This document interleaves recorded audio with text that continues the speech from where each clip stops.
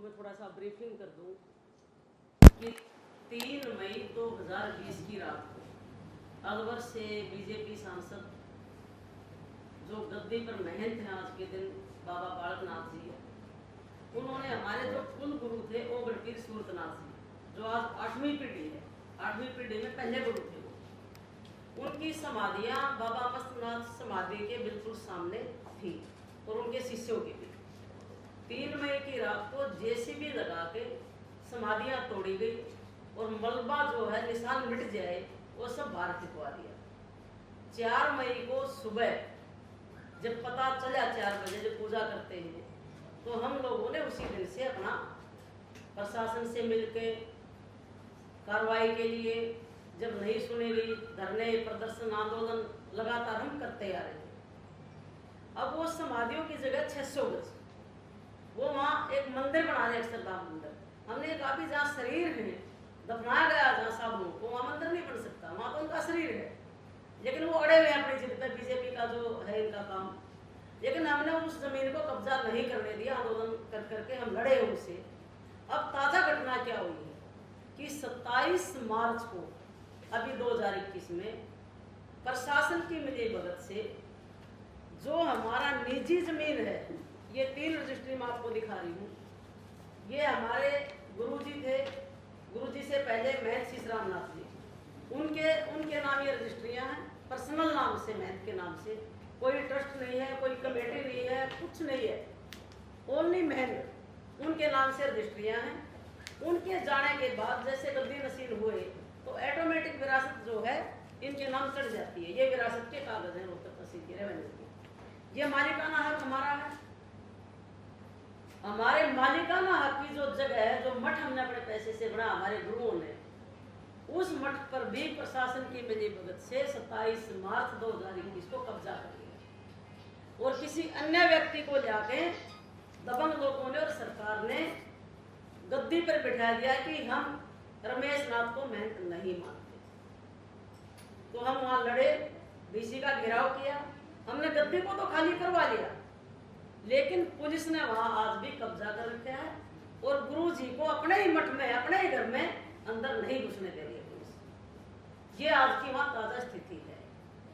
एक चीज और कि कोर्ट के द्वारा हमारे पास सेक्शन सर्टिफिकेट है, ये सेक्शन सर्टिफिकेट माननीय जज साहब ने दे रखा है रोहतक के, और सेक्शन सर्टिफिकेट होने के बावजूद कोर्ट की कोई मानना नहीं उन लोगों की नजरों में, वो कोर्ट को भी नहीं मानते, वो संविधान को भी नहीं मानते, वो सिर्फ गुंडागर्दी को मानते हैं। और ये डेरा मैं आपको बता दूं, ये लाहौर कोर्ट, लाहौर जब कोर्ट होती थी उसका फैसला है, इसमें साफ साफ चीजें लिखी गई हैं कि ये जो डेरा है, ये जो समाधियां हैं, जो समाधि है, ये ओगढ़ पीरों की हैं और ये सारे चमार जाति से हैं। इसमें साधुओं का नाम भी चमरदे साधु और चमरवा डेरा लिख रखा है। ये मैं नहीं बोल रही हूँ, उस समय का रिकॉर्ड बोल रहा है। ये उर्दू में था जो हमने हिंदी में इसकी ट्रांसलेट करवाया है सरकारी आदमी से। ये वो फैसला है। उसके बाद 1956 में, 57 में ये माननीय रोहतक कोर्ट का फैसला है जिसमें हमारे को जमीन भी अलाट की गई है, उसके ऊपर भी आधुनिक का कब्जा वो कोर्ट को नहीं मानते। हमारे साधु लड़े, जमीन नहीं मिली, समाधियों का भी कब्जा कर लिया। तो हमारे जो गुरु थे पहले, उन्होंने सोचा भी ये हमारी पुश्तैनी जगह है, हम इसको छोड़कर नहीं जाएंगे, हमारे गुरुओं का शरीर यहाँ है। उन्होंने 7 लगती गांव में जमीन खरीद ली अपने नाम से। आज वो डेरा उन्होंने हमारे से कब्जा लिया और दुनिया भर की शिकायतें हर जगह, डीजी, आईजी, एसपी, डीसी, गृह मंत्री, मुख्यमंत्री, आयोग, जो भी होता है कानूनी कार्रवाई, सब हम करके थक चुके, आंदोलन करके भी थक चुके हैं। हम कोर्ट में भी चले गए, हाई कोर्ट। कोर्ट में जब हम गए तो 22 मार्च को स्टेटस रिपोर्ट मांगे हरियाणा गवर्नमेंट से कि भी ये हाल क्या हो रहा है, क्योंकि फोटो वगैरह सब लगे हुए हैं, तोड़ी हुई समाधियों कर पहले के भी सारे प्रूफ हमने दिए, वीडियो क्लिपिंग दे दी। तो प्रशासन ने लिख के दिया कि कोरोना की वजह से हम, हमारी जो कमेटी है डेरे में जो बनाई थी प्रशासन ने, वो रिपोर्ट नहीं दे पाई। हम 14 दिन के अंदर पेटिशनर को ये रिपोर्ट सौंप देंगे। तो जज, माननीय जज साहब ने ये कहा हमारे वकील को कि 14 दिन हमें इंतजार करना होगा कि वो रिपोर्ट में क्या देते हैं। अगर आप संतुष्ट नहीं है प्रशासन की रिपोर्ट से तो हाई कोर्ट बाद में इसमें संज्ञान लेगा। और वो 14 दिन 6 अप्रैल को पूरे होते हैं। 6 अप्रैल इन लोगों ने आने नहीं दी, ना कोई रिपोर्ट दी हमें। 27 मार्च को ही दलित समुदाय का डेरा है, चमरवा डेरा बोला जाता, सबको पता पूरे हरियाणा में, पूरे देश में। गांव के दबंग आए, 200-250 आदमी हथियारों के बल पर आए, हाथों में सोटे हथियार, बाबा के गुंडे, और आके कब्जा कर लिया मठ पे। और हमारे जो गुरु जी के अनुयायी थे बाबा महेंद्र नाथ जी, उनकी दाढ़ी ऐसे फाड़ी, उनको जो एक सोटा हाथ में रखते हैं, गुरु जी वहां से सोटा उठाया, उनके पेट में सोटा ऐसे मारा, धक्के मारे, खूब जमकर उन्होंने बदतमीजियां की। सारी सीसीटीवी में कैद है। जो हमने फोटो भी, क्लिपिंग भी, लिखित में शिकायत भी उसी दिन एसपी को, डीसी को, डीएसपी सब बैठ के उनको हमने दे दी, लेकिन आज तक कोई कार्रवाई रोहतक में नहीं हुई। तो मेरा कहने का सिर्फ मतलब इतना है कि हम हरियाणा से आपके पास आए हैं, देश की राजधानी में आए हैं, हमारे साथ बहुत जुल्म ज्यादती हुई है, ये हमारी विरासत है। जैसे माननीय उदित राज जी ने बताया कि बीकानेर के महाराजा उस समय हमारे ओगढ़ पीर बाबा सूरनाथ जी को 52,000 बीघा, एक हाथी, मुकुट, हीरे जवाहरात उनको इनाम देकर भेजा था, क्योंकि उन्होंने उनका कोई राजगद्दी का काम किया था। उस सब पे भी इनका कब्जा है। वो मुकुट भी खुद वही पहनते। 900 बीघा जमीन इस डेरे की है, जो 300 बीघा के मालिक हमारे गुरु जी बनते हैं। उस 900 बीघा में से 1 इंच भी जमीन आज हमारे पास नहीं है। इन्होंने साजिश रच के 1971 में 600 बीघा एक्वायर करवा दी, अकेले उसका मुआवजा खा के गरपाड़े बाबा और नागे बाबा और ओगढ़ पीरों को बाहर निकाल दिया। निजी संपत्ति को भी आज इन्होंने मार्च में कब्जा कर लिया। ये सारी डिटेल है, सब रिकॉर्ड मेरे पास है। आप जो भी रिकॉर्ड मेरे से लेना चाहें आप ले सकते हैं। मेरी इतनी सी आपसे प्रार्थना है कि इस बात को हम चाहते हैं कि देश के कोने कोने में ये बात जाए और जनता को पता चले कि जो ये लोग झूठे लोगों को फंसाते हैं कि तुम हिंदू हो, तो मैं उनसे पूछना चाहती हूँ भी जब तुम बाबाओं को नहीं बख्शते तो आम जनता की हालत क्या है इस देश में, आप खुद भी समझ सकते हैं, क्योंकि आप भी खुद एक सामाजिक प्राणी। धन्यवाद। कोई सवाल हो आप पूछ सकते हैं। और एक और निवेदन है कि अपना नाम और मीडिया का नाम, नंबर देते, हम अपना रिकॉर्ड भी अपडेट कर लेंगे ताकि हमारी सूचना आप तक जाए इस संबंध में भी और मामले में भी। उत्तर प्रदेश सरकार की क्या भूमिका है इसमें? देखिए, योगी आदित्यनाथ जी मुख्यमंत्री हैं, वो इस मठ से जुड़े हुए हैं, गुरु भाई जैसे होते हैं।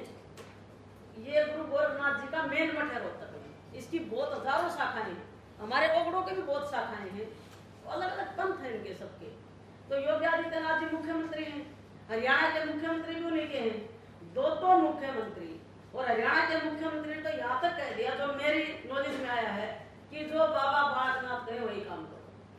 प्रशासन सब कुछ जानते हुए कि सच क्या झूठ क्या है, ना एसडीएम कोई कार्रवाई कर रहे, ना कोई डीएम कर रहे, ना कोई एसएसपी कर रहे, कोई कार्रवाई नहीं कर रहे।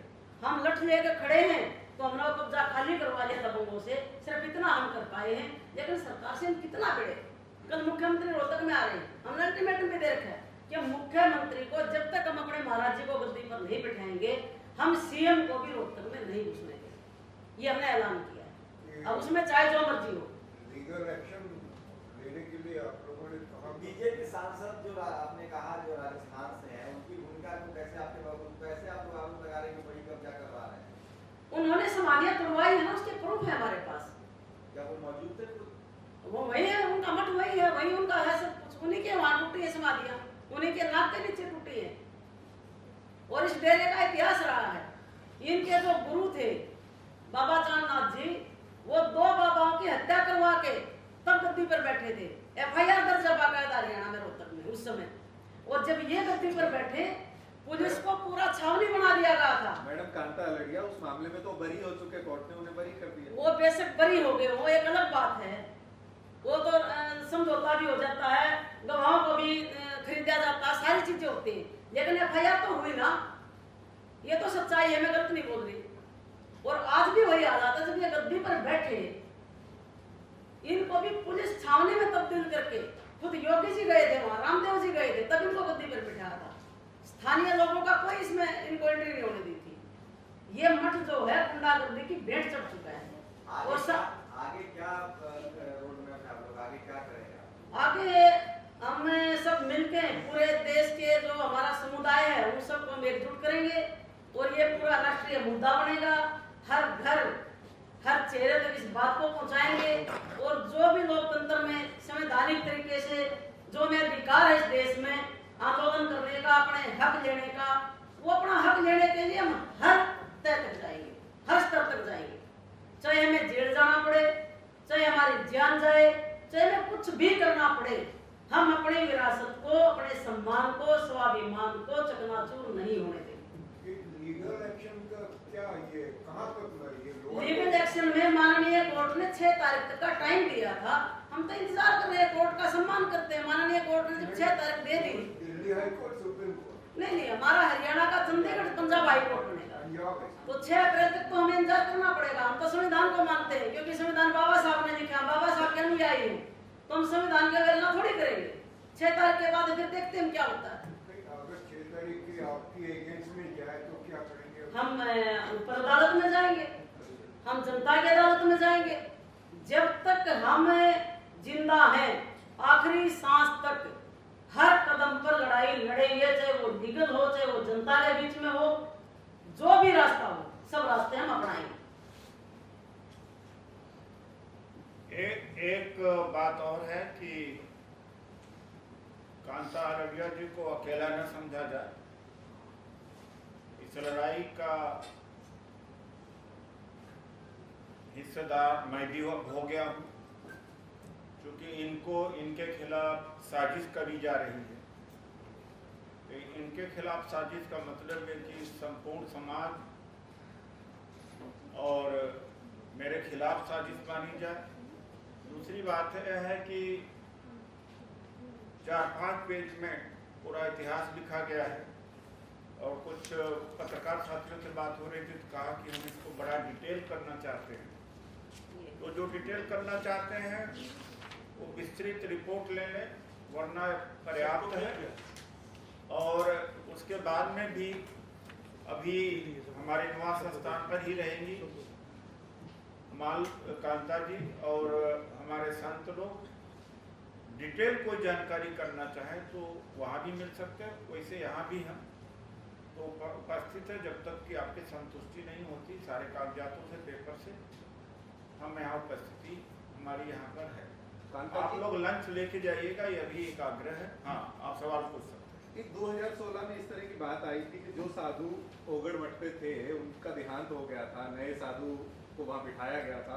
उसके बाद उन्होंने मरने से 2-3 महीने पहले ट्रस्ट का निर्माण किया था और ट्रस्ट के जो 6 मेंबर बनाए गए थे उन पे जमीन बेचने का आरोप है कि उनके खिलाफ भी जो है लीगल कार्रवाई हुई है।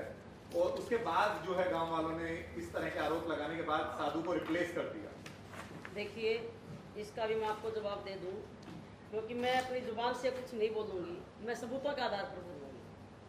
3 जुलाई 2016 को हमारे बड़े गुरुजी ब्रह्मलीन हुए। 4 जुलाई को उनका संस्कार हुआ और संतों में तेया होता है। 6 जुलाई को तेया हुआ और जो तेया है, तेये वाले दिन, ये मैं आपको दस्तावेज दिखा रही हूँ, जो हमारा दलित मठ की जो परंपरा है उसके अनुसार गुजरात जूनागढ़ से हमारे जो सबसे बुजुर्ग महंत थे, महंत शोभानाथ जी, उन्होंने महाराज जी को गद्दी पर बिठाया चद्दर उड़ाकर, जो परंपरा 8वीं पीढ़ी तक की, उस परंपरा के अनुसार ये गद्दी पर बैठ गए। इसमें कहीं ये नहीं लिखा कि भी कोई ट्रस्ट है या ट्रस्ट का कोई 1 इंच जमीन भी है, ट्रस्ट के नाम कोई पूरे विश्व में कोई एक बैंक खाता है, कोई एक चवन्नी भी कोई बैंक में ट्रस्ट के नाम अगर है तो हम गुनाहगार है ना, वो दिखाए तो सबूत में। उन्होंने 29 अप्रैल 2016 में, 3 जुलाई को उनकी डेथ हुई, 29 अप्रैल 2016 में एक ट्रस्ट जरूर बनाया उन लोगों ने, ताकि इस सारे सिस्टम को हम अपने कब्जे में दे दें। लेकिन वो बनाया, एक भी उसकी कोई कार्रवाई नहीं है, कोई उसमें एक भी पेज लिखा हुआ नहीं है। जो भी कार्रवाई होती है उसका उसका सब आप भी समझते हैं कैसे होती है। उसका अकाउंट भी खुलता है, उसमें पैसे भी होते हैं। करोड़ों रुपए महाराज जी के पास थे, जमीनें बिकी थी, उन्होंने भी बेची थी जमीन। कुछ जमीन IMT में एक्वायर भी हुई थी, वो पैसा भी महंत जी के नाम अकाउंट में आया। और जो पैसा महंत जी के नाम अकाउंट में आया उसका हमने सक्सेशन सर्टिफिकेट लिया बाकायदा कोर्ट से। कोर्ट ने कहा कि भी करोड़ों रुपए तुम्हारा है, हम बिना गारंटी ये पैसा रिलीज नहीं कर सकते। महाराज जी के पास गारंटी नहीं थी। हम चूंकि युद्ध लड़ रहे थे अपनी समाधियों का, प्रॉपर्टी का हमारा ध्यान ही नहीं था, तो गुरुजी ने मेरे को बताया कि बेटा हमारा 7-8 करोड़ रुपया पड़ा है बैंकों में, उसको तुम दे लो, हमारे पास आएगा वो पैसा। वो वहाँ क्या काम है ना गुरुजी, उसमें क्या करना पड़ेगा?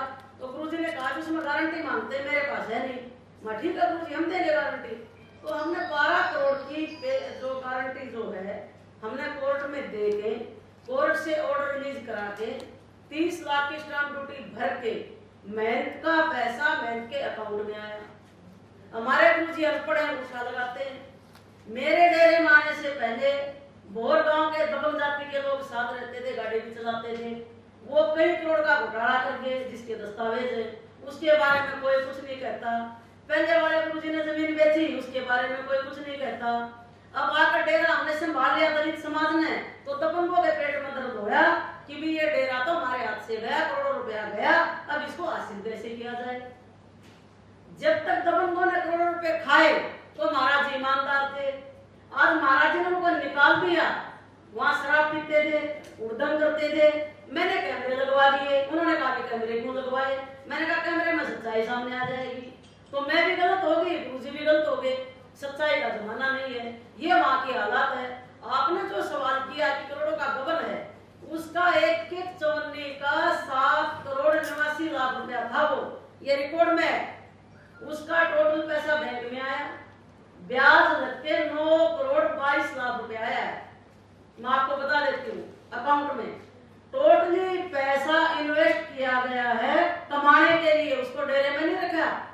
गुरुजी अनपढ़ हैं, टेलीफोन नंबर भी बदला गुरुजी ने कि भाई आजकल पैसे चोरी हो जाते हैं टेलीफोन से, मेरा फोन ऐसे पड़ा रहता है, अनपढ़ आदमी मैं कैसे काम करूंगा, तेरी ड्यूटी है पैसा संभालना। तो मैंने उस पैसे को गुरुजी के नाम एग्रीमेंट कर रखा है, सारे दस्तावेज हैं, अकाउंट से पैसा गया है। जब से मैं डेरे में आई हूँ 4 मई 2020 से लेकर आज तक 1 इंच जमीन अगर डेरे की बिकी हो, करोड़ों रुपए अपने अकाउंट से डेरे को सजाया, बैठे गुरुजी महाराज जी बैठे, पूछ सकते हो, जाकर देख भी सकते हो डेरे की हालात क्या थी। वो दलितों वाला कर रखा था, मैंने आज उसको आलीशान बना दिया। 8वीं पीढ़ी में पहली बार 3 दिन का मेला जो लगता साल में, हम अपने गुरुजी को सफेद घोड़े का रथ ले आके सजा के बैंड बाजा ले आके और उनके नाकों में दम करके हम समाधि पर मत्था टेकवा जाए, ये बड़े लोगों को बर्दाश्त नहीं है। लड़ाई धर्म की है और लड़ाई जातिवाद की है कि जो लोग हमारे पैरों में रहते थे, गुलामी करते थे, आज वो रथों में बैठ कर कैसे मत्था टेकने आ गए हमारे नाक के नीचे, हमारे यहाँ, तो वो उन लोगों को बर्दाश्त नहीं है। वो तानाशाही दिखा रहे और तानाशाही का जवाब हम डट के देंगे। हमारे डेरे की सबसे पहले CBI जांच हो, ED से जांच हो, कोई भी देश की स्वतंत्र एजेंसी जिससे चाहे हमारे डेरे की जांच करवाई जाए और उसके बाद बाबा बालनाथ के डेरे की जांच करवाई जाए।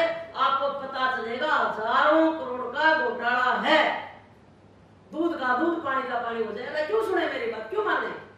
हम तो बेईमान है ना, सरकार आपकी है, आप जांच करवाइए, सबूत बोलेंगे, हम तैयार हैं, किसी भी जांच का सामना करने के लिए तैयार हैं। अगर एक चवन्नी का भी हेरफेर होगा तो हम जिम्मेवार हैं, गुरुजी जिम्मेवार है।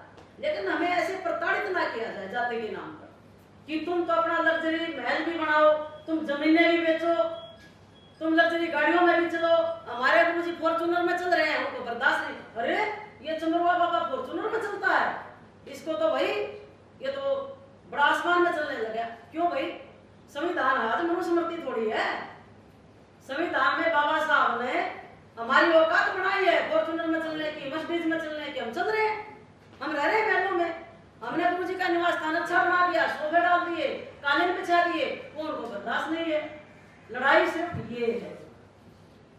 ये वही बालक नाथ जी हैं जब रामदेव जी ने आपको अलवर में कहा कि ये सब बातें फोन पर नहीं होती, जब ब्लैक मनी की बात आई थी, याद है आप लोगों को? ये वही मठ है, वो चांदनाथ जी को वो चांदनाथ जी थे, हाँ, चांदनाथ जी थे।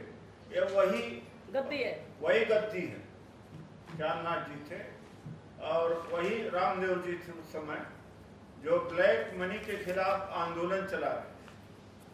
तो कहा कि अरे ये सब चीजें नहीं कही जाती है टेलीविजन पर या मीडिया पर, आप जानते हो। हाँ?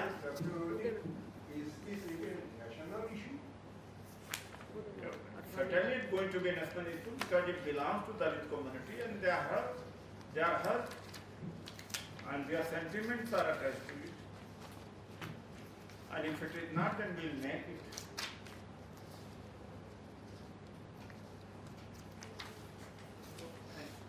एक चीज और रहेगी इम्पोर्टेंट, जर्नल जो कास्ट है, दबंग जो लोग हैं, उनकी गद्दी है गनपाड़ा गद्दी।